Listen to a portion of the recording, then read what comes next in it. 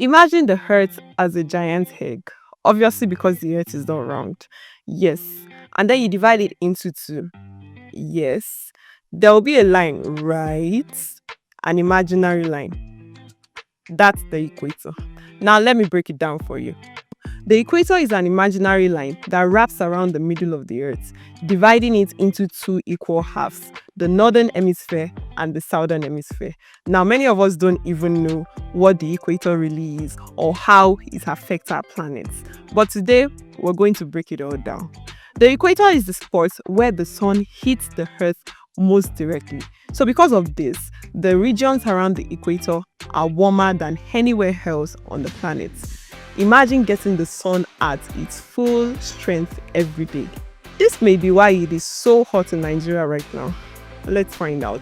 Near the equator, the weather tends to be more humid and warm with lots of rain. So you find the lush rainforests like the Amazon in Brazil and the Congo in Africa.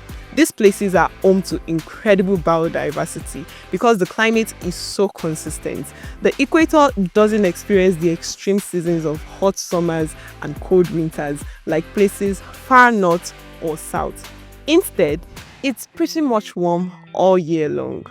But it is not just about the heat. The equator also plays a role in the planet's wind patterns. The Earth's rotation makes the wind blow in certain directions around the equator, which controls weather systems and ocean currents, and even impacts how storms like hurricanes form. Now, let's take a quick world tour. The equator passes through 13 countries.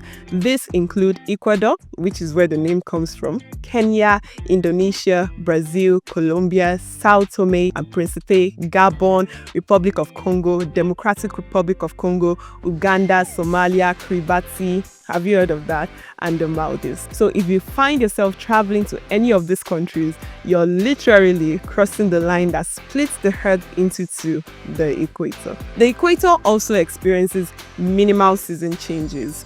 Instead of having 4 seasons, places near the equator mostly experience wet and dry seasons, like Nigeria. One fascinating thing about the equator is that the length of day and night stays almost around 12 hours of daylight and 12 hours of night. And then there's also what we call the tropic.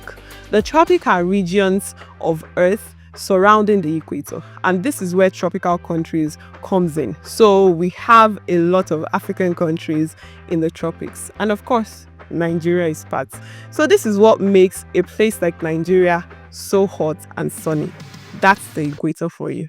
Bye.